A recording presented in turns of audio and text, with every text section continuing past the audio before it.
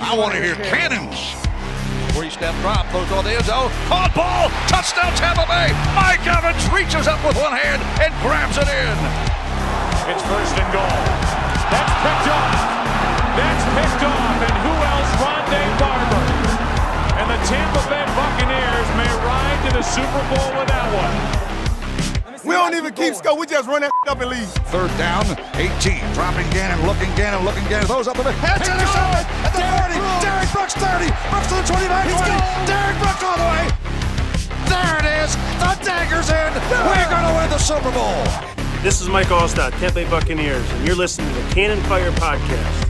And there the cannons go. Fire them. Keep on firing them. Keep on firing them.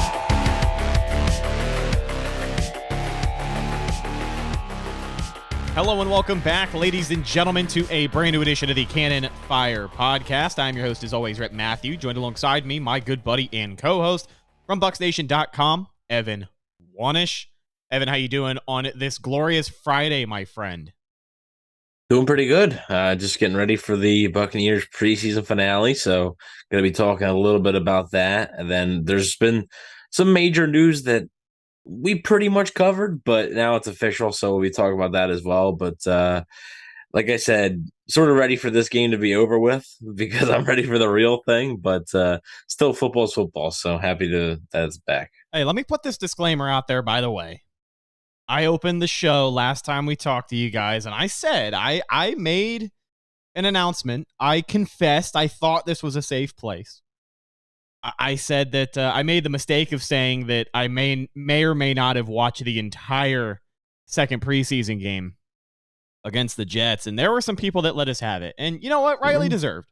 Rightly deserved. We shouldn't mail it in. We've been doing this podcast long enough to where we know the work that we have to put in. We know our quality of content that we put out.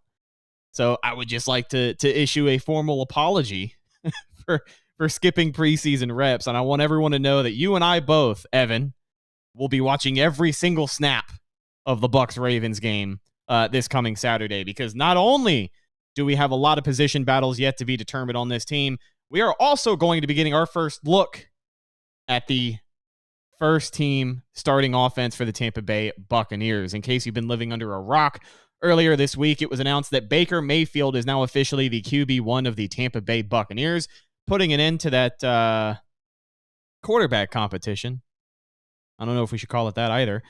But Baker Mayfield was officially named the starter, which means after Todd Bowles confirmed this week that everybody will be playing against the Ravens, it means it'll be our first official look at Baker Mayfield with guys like Mike Evans, guys like Chris Godwin. Rashad White's going to be running out of the backfield. And these are going to be important reps for all of these guys as they gear up for week one against Minnesota. But there's going to be a lot of action in the first half of this Saturday's game, as opposed to maybe these first two preseason games. For people looking for more of a reason to tune in, you're going to get a good look at this starting offense this week. Yeah, and we don't know exactly how long they're going to play. So a little bit of a disclaimer there. We're not sitting here saying, the whole half or this and that. It could be a few series here and there. We don't know. Todd Bowles has said that everybody's going to play. He didn't say how long they were going to play. So that could mean short. That could mean long.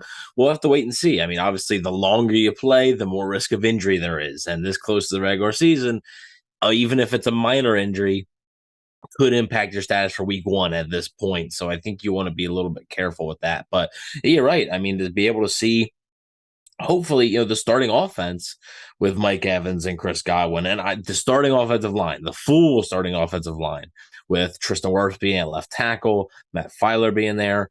We assume Robert Hainsey probably, because Ryan Jensen's not going to be playing. We'll discuss him a little bit later. And then obviously another opportunity for Cody Mauch and Luke Gedeke to prove themselves on the right side there. Rashad White, excited to see.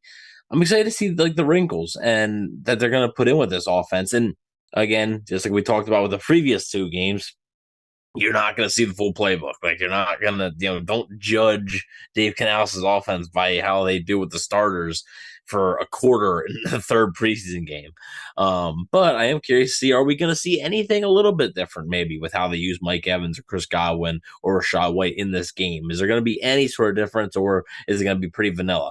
Could be pretty vanilla, not gonna lie, but it will be interesting to see whether they do something different with any of those players now that they have the ones in order.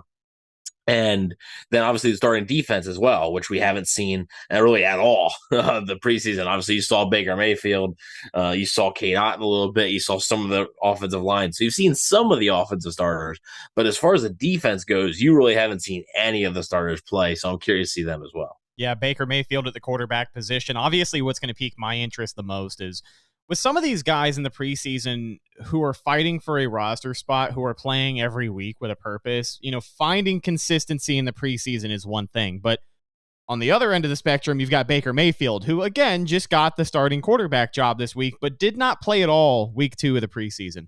Went out there, put together a great drive and a touchdown, showed the Bucs exactly what they were looking for in that first game against the Steelers. But here we are. Kyle Trask got pretty much the entire game last week in New Jersey, so Bucs are back at home, and Baker's going to get a shot out there with the first-team offense, but where is he going to pick up from? Not only are they going to put in some new wrinkles into the offense that maybe he hasn't run in game-time situations before, but maybe he's going to have to shake off a little bit of rust from not getting those reps last week. Maybe he doesn't, right? And maybe that gets people more excited for what he can potentially do week 1 against Minnesota. But again, all eyes going to be on Baker Mayfield and how he plays, having some more legitimate wide receivers to throw the ball to. But let me ask you this, because right behind Baker Mayfield on my priority list of what I want to see, number 2, it probably should be number 1 at this point, but this offensive line. You had mentioned the right side of that line, Cody Mauch, Luke Gedeke really getting another crack at it with some live reps, going to be playing against the Ravens first-team defensive line more than likely.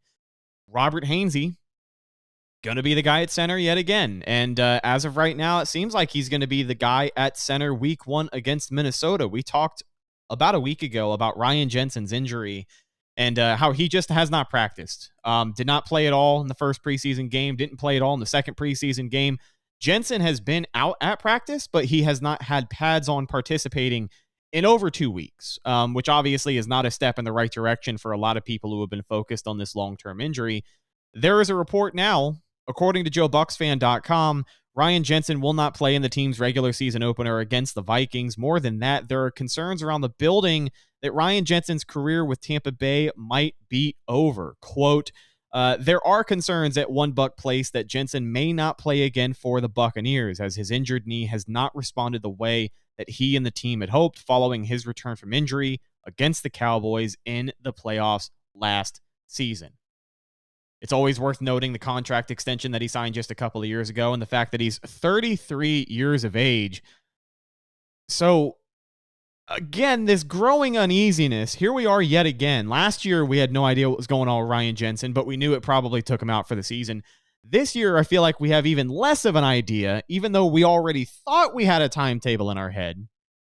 But now we're all the way back to square one because whatever's going on with him, whatever kind of bad news they have been getting, the Bucs have kept it close to their vest, and they're not releasing a lot of information here. So going forward, we only have to assume Robert Hainsey is going to be the guy until he's not. But as far as Ryan Jensen goes, if this is something that after week 4, 5, 6, he still does not look like he's going to be back, I kind of tend to agree with what some of these reports are saying, and that he may not play in a Bucs uniform again. He may not play in the NFL again. I hate to sound dramatic, but I mean, we're not getting good news here as time goes by. I wonder, who else sort of alluded to this, that this could mean sort of what we've been saying here. It was me, by the way, but no, I didn't have any inside sources or anything with that. I'm not claiming to, but it was just a gut feeling that I had that, like, I thought his career was in jeopardy. Like I did. And people, honestly, the people who flat out asked me when they reached out, via DM or whatever, if they asked me, if we were just talking and they asked me, I said it straight. I said that I don't believe that Ryan Jensen will play for the Buccaneers again. I do think that Ryan Jensen's career is likely over. And I am not a doctor. I've never claimed to be a doctor, but it just seems to me they are going completely backwards. And just like you mentioned, that age, it's not going to get any easier. It isn't. So if you're this bad now, what's it going to be like in a year when you're a year older? It's not going to get any easier from here. And that's why I have that concern. And they've been trying out Robert Hainsey at center. They've been trying out Nick Leverett at center. Robert Hainsey did a fine job last year. I wouldn't say he was great. I wouldn't say he was awful. He was fine. I think Nick Leverett's had a pretty rough preseason from the center position. I think he's definitely more of a guard type. But, I mean, if you have to have him as your center, like in a pinch, I guess he could play it. But, yeah, I don't know. I don't feel great about the future of Ryan Jensen in Tampa Bay. It sucks with the contract because, like, they're basically on the hook. And they also restructured his deal this offseason, so they're really on the hook.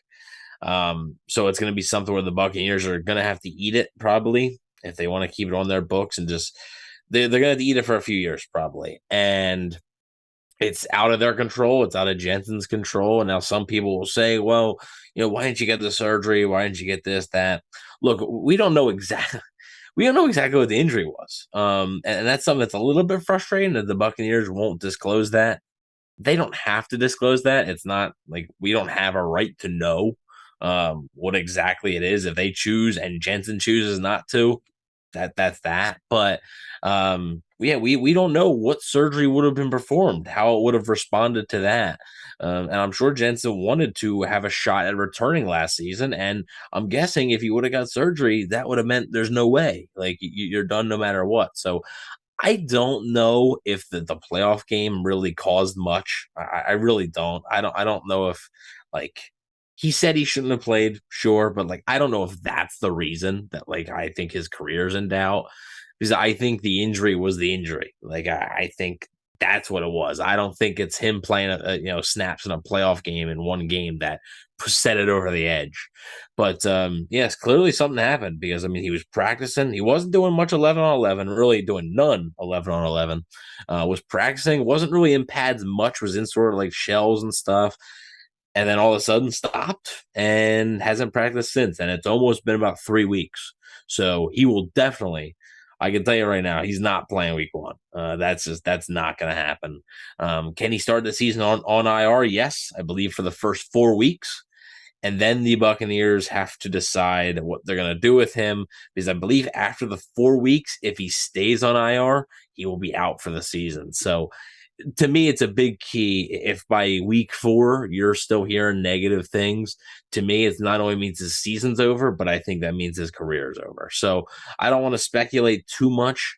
But now that, a publication like Joe Bucs Fan has put out there that like there's some in that building that are concerned with the long term with Ryan Jensen. I wanted to share, my opinion on it that I've had really ever since he stopped practicing. I didn't have a good feeling about it, and we'll have to wait and see. Hopefully I'm wrong, right? And then hopefully everybody else who's in that building that thinks that's wrong as well. Like I don't want to be right because Ryan Jensen's a really good center. He's a top 3 center when healthy, probably in the NFL. So it's a big piece of the offensive line, and it's unfortunate because it's not really a age declining in play thing that has done it. It's simply hasn't been available. So it is unfortunate, but hopefully he can get back on the field. I just have my doubts about that right now. Yeah, it's always a tough situation when an injury becomes just too much to handle. It seems like it's out of his hands at this point, and he's been rehabbing. He's been in the facility. He's been getting work in as long as he can possibly be doing so.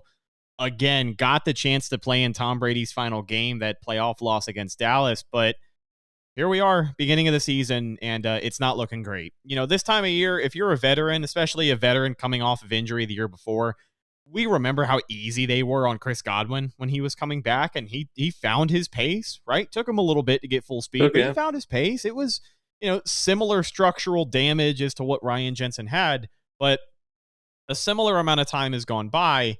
And, Chris Godwin would practice and then be held out of practice for maybe 2-3 days in a row. And like, nobody's really going to raise an eyebrow at that. But 3 weeks, as you had mentioned, since the last time Ryan Jensen's practiced. Just not a very promising look, but well, and Chris Godwin's like 7 years younger than Ryan Jensen is. right, so 7 years that's a big younger, difference. probably 100, maybe 125 pounds lighter. You know, Yeah. there's a lot of different variables that go into it, but when you're dealing with structural damage of the knee, like both of those guys were, it's a very slippery slope. So obviously, fingers crossed for Ryan Jensen, and hopefully, if we get any positive updates to share soon, we'll send them your guys' way. Yeah, and go with Godwin versus Jensen. Jensen plays a much more physical position. Yeah. I mean, he's getting hit every single play. There's some plays where if Chris Godwin don't get the ball, he doesn't get touched. Jensen's in the trenches there, doing the dirty work in the run game and pass game. So it's a tough position. And hopefully he can make it back on the field. We all know he wants to. He definitely does. Or else if he really had no desire, he would have not played in that playoff game and called it a career right then and there. But it is unfortunate, the timing with the contract, because it is something that the Buccaneers couldn't have predicted, and it could hamstring them for a little bit here. But it is what it is. Looking at Saturday night's game, I wanted to talk some more about the Buccaneers' offensive line and what you're going to be looking for. They will get a look at Baltimore's starting defensive line. Big nose tackle Michael Pierce should get some playing time. Broderick Washington in that defensive end position. Are there any other players on that defensive line, or just the defense in general, that you think could be an issue for the Bucs O-line? Some of those younger guys in particular, Luke Gedeke and Cody Mauch on the right side of the line, going to have a lot of eyes on them. Yeah, I mean, I think the Ravens have one of the more I think they're one of the more complete teams in the NFL. Now, obviously, health has been an issue for them over the past few years. It seems like them and the 49ers are the two teams that, like, no matter what team they field, it always seems to really have a lot of injuries involved.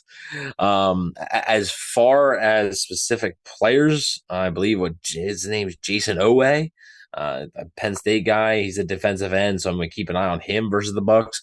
As far as the Bucs offensive line goes, though, I want to look at Matt Filer. I am a little bit concerned about Matt Filer because everybody's like, "Oh, he's got this experience and this and that. He's been a starter." Okay, why did he sign for almost near the vet minimum then? Like, well, and why was there not more interested teams then? And why does he have 0 preseason snaps up until this point? I know that we had talked about it on the last episode, but let me get your thoughts on that as well while we talk about it. Some of the more experienced guys on this team who have yet to get any reps until this point, I hate to say it, but like Mike Evans is understandable. I think Chris Godwin is somewhat understandable. Tristan Wirfs, even though he is switching over to a new position, I don't agree. I don't feel shaky, but I do feel shaky, pardon, but it is also kind of understandable why he has not played. It's a different position he's got to play. I agree. I do agree, but what I'm saying is I can understand why he hasn't. There's certain guys on this team, like Mike Evans. I don't care if Mike Evans gets 0 preseason snaps. I don't. For Mike Evans, he's the kind of player, he's established enough. I don't care. Levante David, if he gets 0 preseason snaps tomorrow, I do not care. Even like Devin White is kind of a guy where I don't really care that much if he doesn't get those snaps. But there's a couple of guys like that left on this team. And of course, Matt Filer, the one that you had started to discuss a minute ago. Yeah. No disrespect to him, but like Matt Filer isn't an all-pro guard. Right. Like, what has he done to earn, like, besides you being just terrified of injury? Like, dude, injury can happen to anybody at any point. Like, you throw your entire healthy team out there week 1, they could all get hurt. Like, it can happen. I just don't understand. The offensive line looks completely different from what it did a year ago. Completely different. The only person that might be in the same exact spot that they were last year, week 1, was Robert Hainsey. And Robert Hainsey was only in because of an injury. Like, it's crazy. That is the only person who will be in the same exact spot. And it's the crazy. Only person. 2 of your starters weren't even on the team. It's crazy when you think about the turnover at the offensive line position, because this time a year ago, we were talking about, not only were we talking about what this O-line is going to look like beyond Brady, but given the Jensen contract and the Shaq Mason contract, we were like, all right, shoe both of those guys in. And here's Shaq Mason getting ready to go play a season in Houston, if I'm not mistaken, and Ryan Jensen riding the bench for now. So, again, just the turnover and how different this offensive line looks. If anybody says that they were prepared for this, they're lying to you. Yeah, it is a major question mark. If the Buccaneers, if all the national pundits and everything and all the pessimistic fans are right and the Buccaneers win 3 games, it's because of 2 things. One, the quarterback situation is ain't good. And 2, one of the reasons the quarterback situation ain't good is because the offensive line is just terrible. Right? It hasn't worked. Cody Mauch hasn't transitioned to the NFL. Matt Filer's showing you why he was available for the price he was. Robert Hainsey's okay. Tristan Wirfs struggles at left tackle. Luke Gedeke struggles at right tackle. Like, that's a reason. Like, that can lose you a lot of football games. And, like, the Bucs offensive line last year wasn't the best. It definitely wasn't as good as it was in 2020 and 2021 or even 2019. But I think Bucs fans got a little bit spoiled. And I think you might see at times this year in certain games, certain matchups, you might be like, this offensive line is completely overwhelmed because not only do you have a lot of shuffling, it is a lot of inexperience. One of your more experienced players, Tristan Wirfs, is playing a brand new position, which he has never played in the NFL. Then you have Luke Gedeke, a second-year player from a small school. You have Cody Mauch, a rookie from a small school. You have Robert Hainsey, who's, okay, he's a veteran, but, like, he's a fine player. He's not anything to write home about. And then Matt Filer, who is definitely a veteran, but again, how much does he have left in the tank? Is he a guy where it's like, oh, that's a good, like you're saying, oh, that's a good piece in March, and then come November, you're like, got to replace Matt Filer. So, that's why I'm interested to see. And I think those are 2 things: the quarterback situation and the offensive line situation that just could completely sink them this season. Yeah, I know that we're going to do our season prediction show, well, probably next week, maybe the week Yeah, after, yeah, sometime before. Probably next week. Yeah, and I know that we'll probably get into some more detail as far as bold season predictions. We'll do that on that show. But if I had to make a prediction right now for any part of this team, that part of the team being the offensive line, it's going to take them, I think, 4 or 5 weeks to really settle in. And if we're going to see this team commit, like let's say, God forbid, the first 4 weeks of the season, Dave Canales really wants to commit to the run, it's going to be an uphill battle. Just because, and I'll tell you what, some of the defenses they're playing, Minnesota's no slouch, right? Chicago's had their struggles, but they're on the come up. You play Philly, then you play New Orleans. Like, if the offensive line gets off to, and then your bye week, you could be 0-4 at the bye week. Like, it is not out of the question to be 0-4 at the bye week if this offensive line and Dave Canales struggles out of the gate, which, again, Dave Canales, inexperienced play caller, it could happen. Like it could happen, folks. I'm not saying it's going to, but it definitely could. I think the inexperience along that offensive line is what's going to take some time. Cody Mauch, the adjustment for him, I mean, we've already seen it in the preseason playing against second and third string defensive linemen. But, that small school aspect, not every single offensive lineman the Bucs take from a small school is going to be a stud, right? They're not all going to turn out to be Ali Marpet. I mean, Ryan Jensen, a small school guy, Alex Kappa, a small school guy, but yeah, but the Bucs didn't even draft Jensen, so right, that's fair. So with that being said, I think for Mauch, it's going to take him a couple games. I'm high on the guy. I think he has a high ceiling, but I think it's going to take him 3, 4, 5 weeks. Tristan Wirfs, on pace to be one of the greatest offensive linemen in Bucs history, and I think when it's all said and done, he will be. But it's going to take 3 or 4 weeks for him to get used to, taking almost 100 snaps a week playing left tackle. It just is. It just is. And he could be going up against Danielle Hunter. He could be going up against Hassan Reddick. He could be going up against Cam Jordan. So, like, it's not like, it's easy competition. This is some of the NFL's better pass rushers here. And you know what I always say? You know what I always say about Ali Marpet? Ali Marpet was the exception. Right, he was not the standard. Right, he was the exception, not the rule. Small school lineman, yeah. And the thing that worries me, okay, he said, "Oh, Cody Mauch will take him a few games." That's what you were saying about Luke Gedeke too last year. Didn't happen last year. Right, like it didn't. 2-3 games turned into 4-5 games. 4-5 games turned into 7 or 8 games, and by the eighth game, then he was sitting. And by the 8th game, we're like, God, this guy sucks. And before you know it, Nick Leverett was the guy for the rest of the year. So that's my worry. Like, and that's one thing I'll criticize Jason Light on, is that I think sometimes he can be a little bit too cute with that, to try and find the small school stud that, nobody's talking about and this and that, and invest high draft picks in them. It's not like they're taking them on day 3. Right. Luke Gedeke was a 2nd-round pick. Cody Mauch was a 2nd-round pick. Robert Hainsey was a 3rd-round pick. Now, Robert Hainsey was from Notre Dame. That's obviously a big school. But Ali Marpet was a 2nd-round pick. Or a 3rd-round pick, one of the two. Alex Kappa was a 3rd-round pick. So, yes, Alex Kappa worked out. Ali Marpet worked out. Alex Kappa, it took him about a year or 2. Hey, he made his money. He turned into a good, not great, but a good NFL starting guard. Like, that's what I think you hope Cody Mauch is, like a good NFL starting guard. Anything more than that's a bonus, but you do have to be patient, and I think fans are going to have to be patient with this offensive line. And if they're 0-4 the bye week, I know that 0-4 would definitely mean no playoffs. I understand that. But also, this is going to sound a little strange, but if they're 0-4, I wouldn't necessarily hit the panic button either, because I just think you have to see a few more games of this team. And I just think that with this offensive line and Dave Canales, time is going to make them better. And so if they're 0-4, don't think, they're going to win 2 games. No, they might, because 0-4 is terrible, but I don't think it would be time to panic either. I think perspective is something we're going to refer back to a lot over the course of the 2023 Bucs season.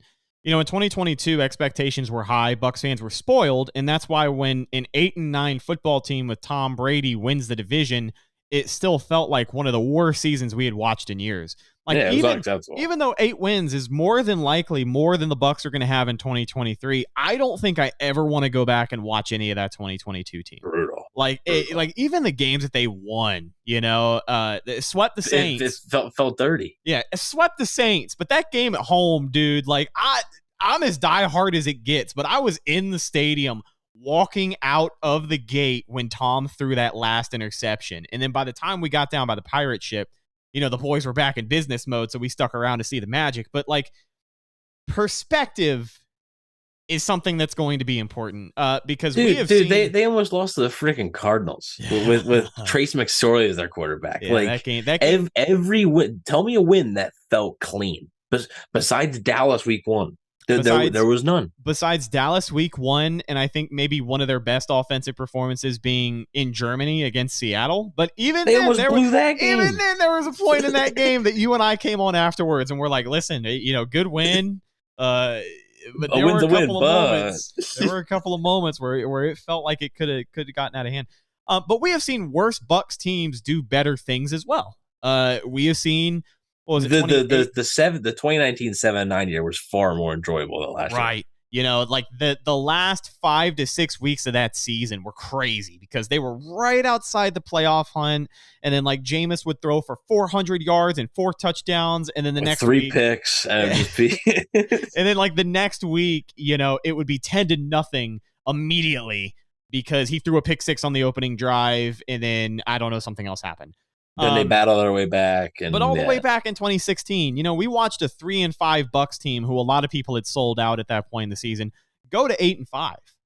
And it's basically what I'm trying to say is perspective is always important. But it's important to use perspective to remember that throughout the course of an entire NFL season, there are ebbs and flows. There are peaks and valleys. There are highs and lows. 2020, the Super Bowl season. You remember when the Bucs were 8-5 and like they were done, right? According to Twitter, according to any social media post you saw, according to any talking head pundit on ESPN, Fox Sports, whatever it was that Monday, when they woke up 8-5, people said they were done. They were done. There were tweets. I still got tweets. Steve Smith, 15 minutes after they clinched the playoffs, said they were going to get ran in the playoffs. That's my favorite. That's honestly my favorite clip. That's great. Time. The people don't talk about that enough, I don't think. No, they don't. But Regardless, I think it's going to be an interesting season. But when we talk about the potential highs and lows, it's important to remember that we got a season full of them. So if they're 0-4 going into the bye week, the ship may be sinking, but it'll be a little bit fun. I think there will still be more fun to be had. Let's just not. Let's just what? Kick. No, can we just not go 0-4? That'd be great. Oh yeah, that'd be fantastic. that would be that'd be ideal. So we don't even have to have this conversation about it's a long season and this and that. That's no. Okay, but I'm just saying it is a real possibility, and expect some ebbs, just like you said about the season ebbs and flows. Expect some ebbs and flows, especially with this offense, because there's so much new to it. And they go 0-4, bench Baker Mayfield and put Kyle Trask in. Okay, now you gotta get Kyle Trask up to speed. Like, there's gonna be a lot of growing pains, I think, here. All right, one last thing about the offense before we talk about the other side of the football.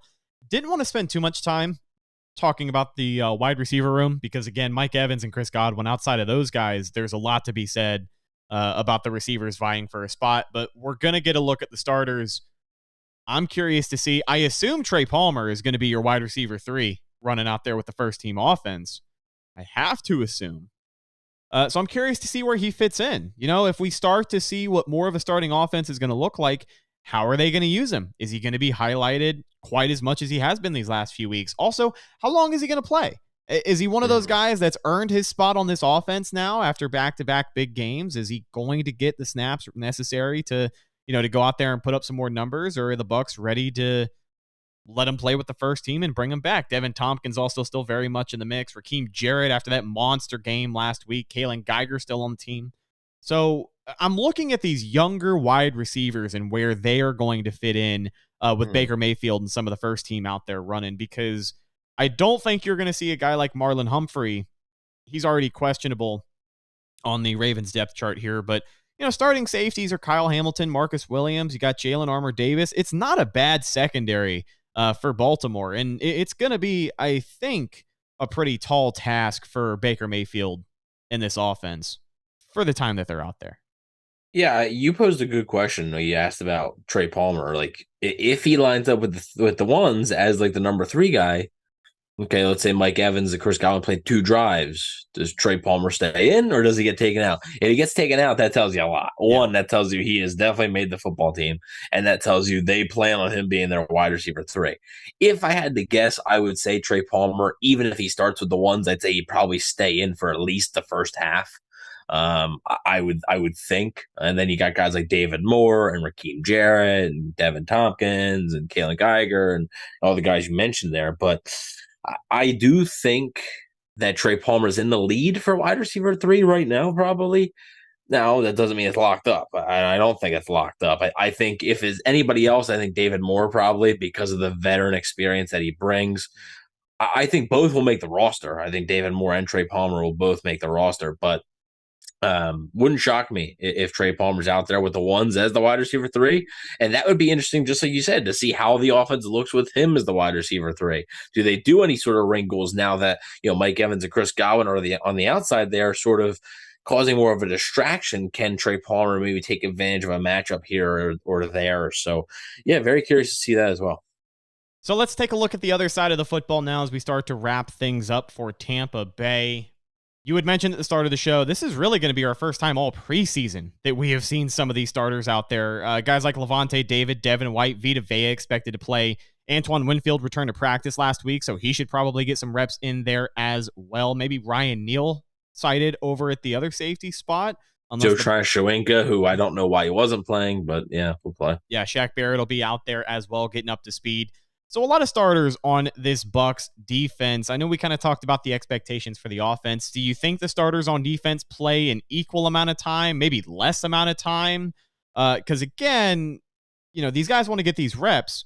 We talked a little earlier about some of the starters who may not need as many reps, but if you're the Buccaneers coaching staff, one of the things that I have observed is that they're being a little overly cautious with everybody. So, could both sets of starters play less than we're expecting them to right now? I I'm not sure because I do think they're going to be cautious, especially with guys like Shaq Barrett coming off the major injury. Actually, it wouldn't shock me if Shaq Barrett doesn't play because just because of that major injury. So it wouldn't surprise me if like a guy like Shaq Barrett's held out, especially because they still have Anthony Nelson. Want to get Yaya Diaby some reps. So wouldn't shock me if Shaq's held out. But as far as like, I don't know, man. Like guys like Ryan Neal, I think should be playing a good bit. Joe Tryon-Shoyinka should be playing a good bit. Greg Gaines, and like it's a shame that Kalijah Kancey can't fit in here right now, but I just think these guys should be playing a good bit, and I'm not sure how they're going to balance it. I really don't know exactly how they're going to balance the ones on offense versus the ones on defense. I would imagine it'd be pretty close. Like, I don't think like you're going to see, the offensive starters played 2 series and the defensive starters played the entire first half. Like, I don't think it's going to be that I don't think the discrepancy will be that big.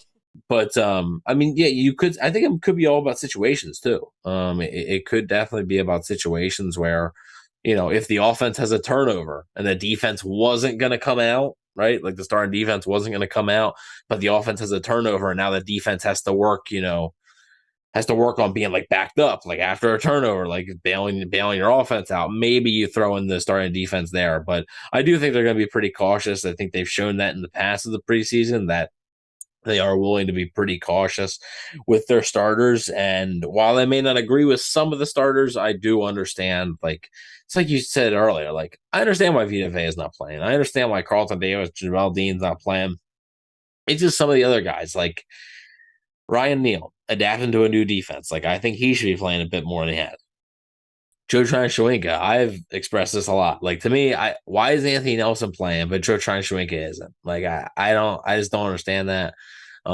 So yeah, we'll have to wait and see how they do it, and I'm curious to see how they rotate and manage that. But it will be cool to see the starting defense for the first time all preseason. Because like I said, you saw some pieces of the starting offense, but this starting defense, you really haven't seen, much at all. And this, you consider Will Golston a starter. He could be considered a starter, but like it's a fringe starter, probably, I would say. So like you haven't really seen much, if any, of the Bucs starting defenses preseason. Yeah, I also think having that starting defense out there is ultimately going to determine if Todd Bowles decides to call plays or not. He mentioned a couple of weeks ago that throughout the preseason, he has not been calling plays on defense, has instead left that to the hands of his co-defensive coordinator. So if they go out there this game and they look great, then maybe he takes more of a hands-off approach. But I got to say, I'm hoping for some sort of answer from Todd Bowles, if not immediately after the game, maybe that next Monday or Tuesday, because I think any much longer after that is going to be kind of weird. I don't know. Just I feel like that's something we should know. But obviously, that's something that's going to come into effect. Are there any players that you're going to be watching this week? I know that you occasionally put out an article for players to watch for Tampa Bay. We went over the offensive and defensive side of the ball. Trey Palmer has got to be number 1 on my list. But is there anyone else on this team, whether it's a player on the bubble or it's a starter who you think is maybe going to look rough in some of the reps that they have been missing out on so far this preseason? Any players to watch for you? Well, speaking of the article is done. Should be out either sometime tonight or tomorrow morning before the game. So keep an eye out on BucsNation.com for that. But I'll give you a little bit of a spoiler. Like one of the players is Baker Mayfield, obviously, because he's officially a starting quarterback. You're probably going to be playing some of the starting Ravens defense, and you're going to be playing with a lot of your starting offense. So I'm curious to see how he performs there. As far as like a bubble guy goes, I mean, I think Christian Izzian's healthy. I want to see him because, I mean, literally, he was called the front runner for the nickel job, and then you haven't heard anything. He's like, he didn't play on Saturday against the Jets. So I'm curious to see him. As far as anybody else, Jose Ramirez, I believe, returned to practice, the Bucs 6th-round pick. I was excited when they drafted him, but like Marquise Watts has been really good for them. So I would guess Marquise Watts probably beats out Jose Ramirez. I hope they keep Jose Ramirez on the practice squad because I think he's worth it. But I'll be keeping an eye on Ramirez and Watts in this one. then Nick Leverett too, because it could be an important piece. I mean, if Robert Hainsey struggles or gets injured, if Ryan Jensen can't come back, Robert Hainsey got injured a few weeks ago anyway. He's okay, but he got banged up a little bit, and he's had the occasional injury. So Nick Leverett could, for the second year in a row, step into a pretty important role for this team. So I'm curious to see that. And then also, I haven't heard anything about if John Walford's going to play or not. I didn't think he was going to, but like he's already practicing and stuff. Yeah. So, I mean, modern medicine's great and all, but I didn't think it was that good. So I'm curious to see, like, is Trask, like, they haven't signed another quarterback, so that either means that Walford is able to play, which would be remarkable, or Trask is just going to literally play like 90% of this game, which feels risky, but especially because like Baker Mayfield is not Tom Brady. Like, if Tom Brady struggles, okay, he's still going out there week after week. If Baker Mayfield struggles, you might do a change. And like, if Kyle Trask isn't available, like you're gonna have to throw maybe John Walford if he's healthy in there. If not, then you're gonna have to sign a quarterback. Like that's pretty risky. But other than that, no, I mean, not many players to watch, and just hopefully, watching a lot of these starters. That's for sure. Yeah, we hadn't mentioned it on the pod yet, but a positive update from John Walford. He did return to practice literally 2 days after being removed from that game in Jersey and sent to the hospital. The information that we got, turns out he had just re-aggravated some whiplash that he had suffered at some point last season, from what I understand. And he is fine. Again, very next day, the Bucs were back in the facility. He was out there, helmet on, warming up. I do not think participated in 11-on-11s, but after that day, he's been out there full speed with everyone else. So it would be remarkable to see John Walford go out there and play well, or well, play at all, but play well, just like he was before he left that Jets game with injury. I think he was 4 for 4 for 57 yards. So he was, and he's had a really good camp too. Yeah. So that's a good thing. Yeah. One more note before we wrap up. We talked about it on, was that the Monday show where he talked about the kicker battle being over and everything. Well, like 3 hours after we had that show, it was official that the kicker battle was over because the Buccaneers waived Rodrigo Blankenship. So they could bring him back on the practice squad. I don't know if they're just going to have Chase McLaughlin be the only kicker in the organization. Like, I would imagine maybe you have a kicker on the practice squad.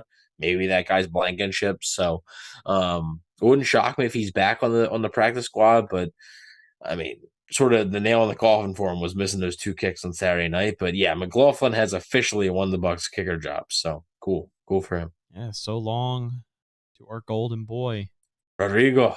Well, I was gonna say Ryan Suckup, man. Okay, or Rodrigo, the Iceman.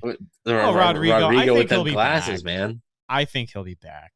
He's like the guy in dodgeball that wears the glasses when he plays. The old guy.